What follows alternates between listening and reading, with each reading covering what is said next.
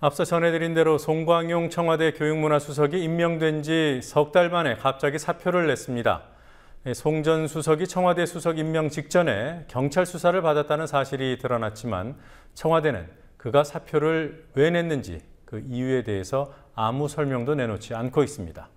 그리고 이런 일은 한두 번이 아닙니다. 강신혜 PD가 보도합니다.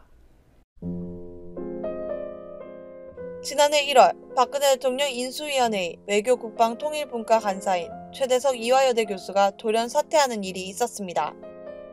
간사에 임명된 지 6일 만에 갑자기 그만둔 배경에 관심이 모아졌지만 당시 인수위는 일신상의 이유라고만 설명했습니다. 박근혜 대통령 초대 비서실장이었던 허태열 실장이 5개월 만인 지난해 8월 자리를 떠날 때에도 청와대는 제대로 된 설명을 안 내놨습니다. 박근혜 대통령은 그 자리에 김기춘 현 비서실장을 임명했습니다. 작년 12월 31일에는 김행 청와대 대변인이 재충전의 시간을 갖겠다는 말을 남긴 채 사퇴했습니다. 이정영 당시 홍보수석과의 역할 갈등설이 나왔지만 청와대의 해명은 없었습니다. 올해 2월에는 청와대가 천혜성 당시 통일부 통일정책실장을 안보전략비서관에 내정했다가 일주일 만에 철회하는 일도 있었습니다. 청와대는 통일부의 핵심 요원으로 통일부 업무에 지장이 있을 것이라는 납득할 수 없는 해명을 내놨습니다. 지난 20일 송광용 청와대 교육문화수석이 임명된 지 3개월 만에 갑자기 사표를 냈고 대통령에 의해 수리됐다는 소식이 전해졌습니다.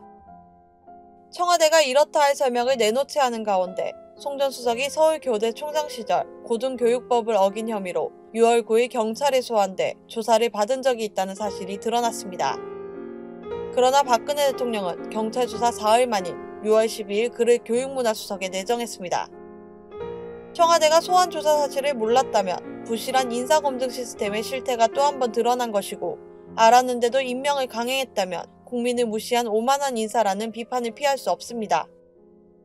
서초경찰서는 송 전 수석을 조사했다는 사실을 7월 22일 서울지방경찰청에 보고했고 같은 달 31일 송 전 수석을 불구속 입건했습니다.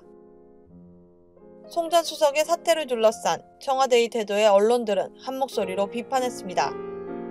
한겨레 신문은 또 도진 박 대통령의 인사비밀주의, 조선일보는 언제까지 의혹만 키우는 인사할 건가 라는 제목으로 사설을 썼습니다. 다른 신문들도 경질 이후 왜 숨기는가, 또 침묵하는 청와대, 사퇴 이후 왜 못 밝히나 등의 제목으로 해명 없는 청와대를 비판했습니다. 송 전 수석이 제자의 연구 성과를 가로챘다는 의혹, 학교 부설기관으로부터 돈을 불법적으로 받았다는 의혹 등을 근거로 다른 개인 비리가 있는 것 아니냐는 관측도 있습니다.